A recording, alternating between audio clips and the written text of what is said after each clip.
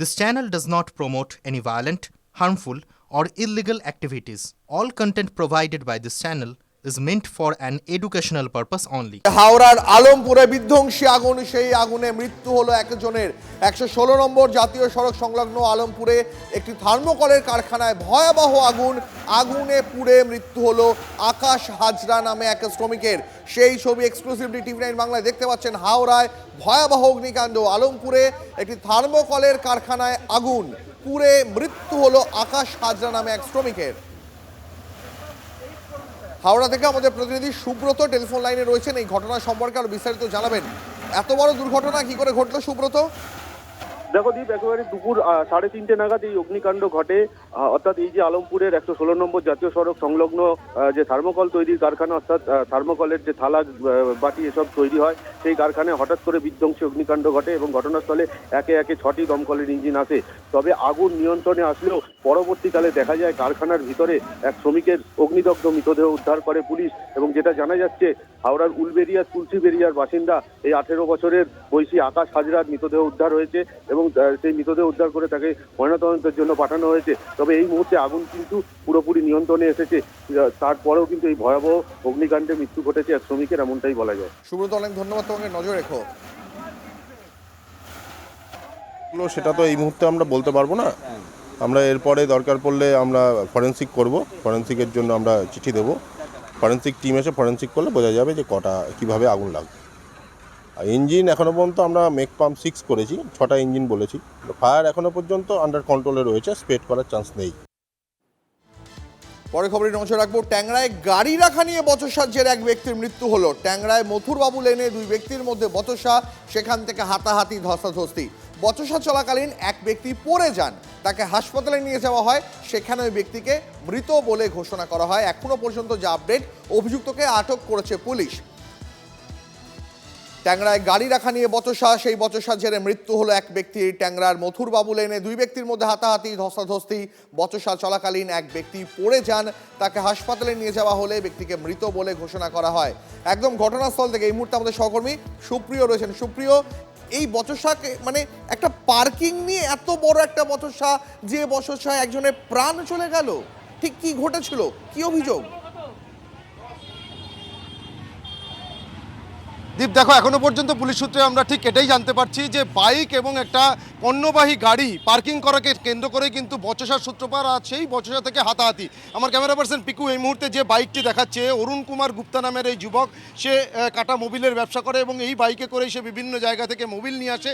আর এই বাইকটি যখন বিকেল 3টে নাগাদ সে পার্কিং করার জন্য রাস্তার পাশের এই জায়গায় নিয়ে এসে রাখে, ঠিক তার সামনে যে ছোট হাতি বা পণ্যবাহী গাড়িটি তুমি দেখতে পাচ্ছ, এই গাড়ির চালকের সঙ্গে, যেটা আমরা পুলিশ সূত্রে জানতে পারছি, এই গাড়ির চালকের সঙ্গেই বাইক এবং গাড়ি পার্কিং করাকে কেন্দ্র করে প্রথমে বচসা এবং তারপর হাতাহাতির একটা পরিস্থিতি তৈরি হয়। এবং সেক্ষেত্রে যেটা দীপ, আমরা আরও পুলিশ সূত্রে জানতে পারছি যে এখানে বচসা এবং হাতাহাতি হওয়ার পর অরুণ কুমার গুপ্তা নামে যে যুবকের মৃত্যু হয়েছে, সে এখান থেকেই ঢিলছোড়া দূরত্বে তার বাড়ি, সেখানে চলে যায়। সেখানে যাওয়ার পর সে অসুস্থ হয়ে পড়ে এবং তারপরেই তার পরিবারের সদস্য এবং প্রতিবেশীরা তাকে হাসপাতালে নিয়ে যায়। এনআরএস হাসপাতালে নিয়ে যাওয়া হলে তার মৃত্যু হয়। তবে ইতিমধ্যেই এই ঘটনাকে কেন্দ্র করে দুজনকে, ইতিমধ্যে যেটা আমরা পুলিশ সূত্রে জানতে পারছি যে দুজনকে পুলিশ আটক করেছে, তাদেরকে জিজ্ঞাসাবাদ করা হচ্ছে। তবে এখনও পর্যন্ত স্পষ্ট নয় যে দুজন আটক হয়েছে তাদের মধ্যে কেউ এই পণ্যবাহী গাড়ির চালক আছে কিনা।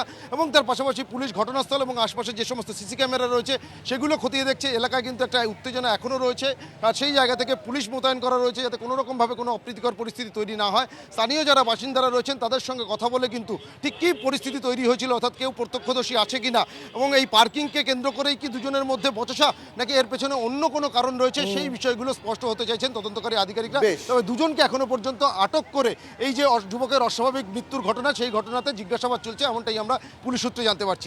অনেক ধন্যবাদ তোমাকে, নজর রেখো। যে ছবি আপনাদের দেখাচ্ছিলাম, ট্যাংরার ঘটনার ছবি দেখাচ্ছিলাম আপনাদের। ট্যাংরায় মথুরবাবু লেনে যুবকের মৃত্যু, সামান্য পার্কিংকে কেন্দ্র করে বিবাদের সূত্রপাত, সেখান থেকেই মৃত্যু।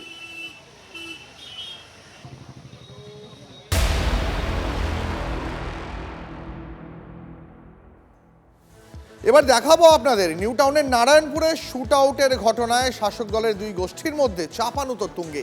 কাজিয়ার মাঝেই দুজনকে গ্রেপ্তার করেছে পুলিশ। ধৃতদের 7 দিনের পুলিশ হেফাজতের নির্দেশ ব্যারাকপুর আদালতের। ভোট যত এগিয়ে আসবে শাসক দলের মধ্যে টিকিটের জন্য লড়াই ততই বাড়বে, এমনটাই কটাক্ষ করছেন বিরোধীরা।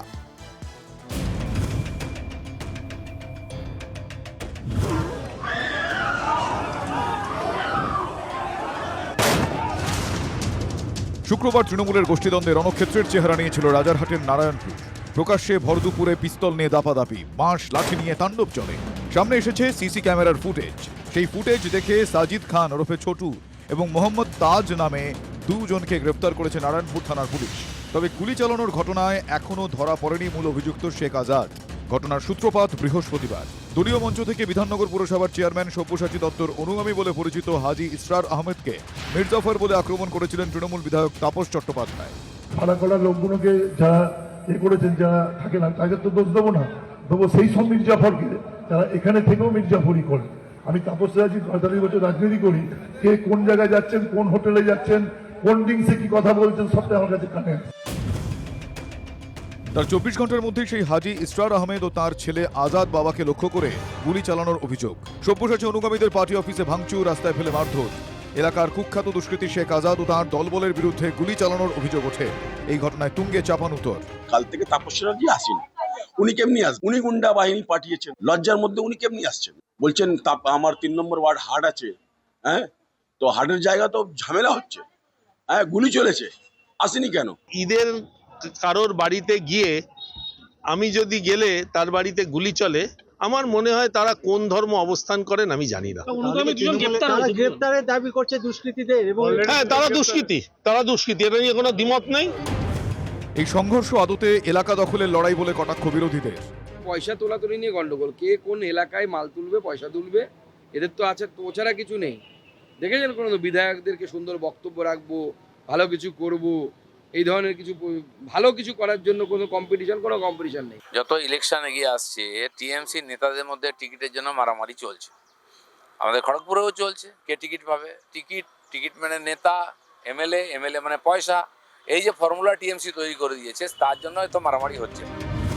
শনিবার সকালেও থমথমে দক্ষিণ নারায়ণপুর এলাকা। ছড়িয়ে ছিটিয়ে রয়েছে ভাঙচুর হওয়া জিনিসপত্র। এলাকাবাসীর দাবি, অভিযুক্ত শেখ আজাদ গ্রেফতার না হওয়া পর্যন্ত এলাকায় শান্তি ফিরবে না। রাজারহাট থেকে রঞ্জিত ধরের রিপোর্ট, TV9 বাংলা। রামনবমী নিয়ে এবার পোস্টার দিল সিপিআই। করুণাময়ী চত্বরে সিপিআই এর নামে পড়লো পোস্টার। রামনবমীর আবহে সিপিআই এর এই নতুন পোস্টার কৌশল। মহাত্মা গান্ধীর ছবি দিয়ে একাধিক পোস্টার পড়লো সল্টলেকের করুণাময়ীতে। আপনারা দেখতে পাচ্ছেন সেই ছবি। অর্থাৎ বিজেপি এবং তৃণমূলের পর এবার রামনবমী নিয়ে পোস্টার দিল সিপিআই। করুণাময়ী চত্বরে সিপিআই এর নামে পোস্টার। রামনবমীর আবহে সিপিআই এর এই নতুন পোস্টার কৌশল। আরো ইন ডিটেল বিষয়টা নিয়ে জানবো। আমাদের সঙ্গে প্রতিনিধি রঞ্জিত টেলিফোন লাইনে রয়েছেন। রঞ্জিত, সিপিআই এর এই পোস্টার কৌশল কারণ কি? দেখো, রামনবমীর আবহে করুণাময়ী অর্থাৎ শহরতলি করুণাময়ী চত্বরে পড়লো পোস্টার। তবে বিজেপি এবং টিএমসির পোস্টার নয়, এবার স্বয়ং পোস্টারে নামলো সিপিআই। এবং রামনবমীর আবহে সিপিআই এর এই নতুন পোস্টার কৌশল এবং মহাত্মা গান্ধীর ছবি দিয়ে একাধিক পোস্টার এই সল্টলেক করুণাময়ীতে। প্রতিটি পোস্টারই কিন্তু হিন্দিতে লেখা আছে, যেখানে উল্লেখিত আছে যে আমি হিন্দু ধর্মে বিশ্বাস করি, যেখানে সর্বধর্মকে সমান অধিকার দেয় মহাত্মা গান্ধী। এর পাশাপাশি আবার লেখা কোথাও মুন্সি প্রেমচন্দের ছবি দিয়ে লেখা আছে, আমি সেই ধর্মকে কখনোই স্বীকার করতে চাই না যা আমাকে শেখায় যে মানবতা এবং সহানুভূতি এবং ভ্রাতৃত্ব শুধু নিজের ধর্মাবলম্বীদের মধ্যেই সীমাবদ্ধ। আবার কোথাও রঘুপতি রাঘব রাজারাম পতিত পাবন সীতারাম। এই আবহে কিন্তু ভারতের কমিউনিস্ট পার্টির 100 বছর অর্থাৎ সিপিআই এর 100 বছর, সেই সমস্ত পোস্টার কিন্তু এইবার পড়লো সল্টলেকের করুণাময়ী চত্বরে। অনেক ধন্যবাদ রঞ্জিত তোমাকে। তবে এই মুহূর্তে আমরা পেয়ে গেছি আমাদের মধ্যে বিজেপি নেতা জগন্নাথ চট্টোপাধ্যায় রয়েছেন আমাদের সঙ্গে। জগন্নাথ বাবু, বিজেপির পোস্টার আমরা দেখেছিলাম কখনো রাইটার্সের সামনে, খানিকটা রাজভবনের সামনে, ইডেন গার্ডেন্সের সামনে। এবার করুণাময়ী চত্বরে সল্টলেকে সিপিআই এর পোস্টার পড়লো রামনবমী নিয়ে, যেখানে মহাত্মা গান্ধীর ছবি রয়েছে। মহাত্মা গান্ধী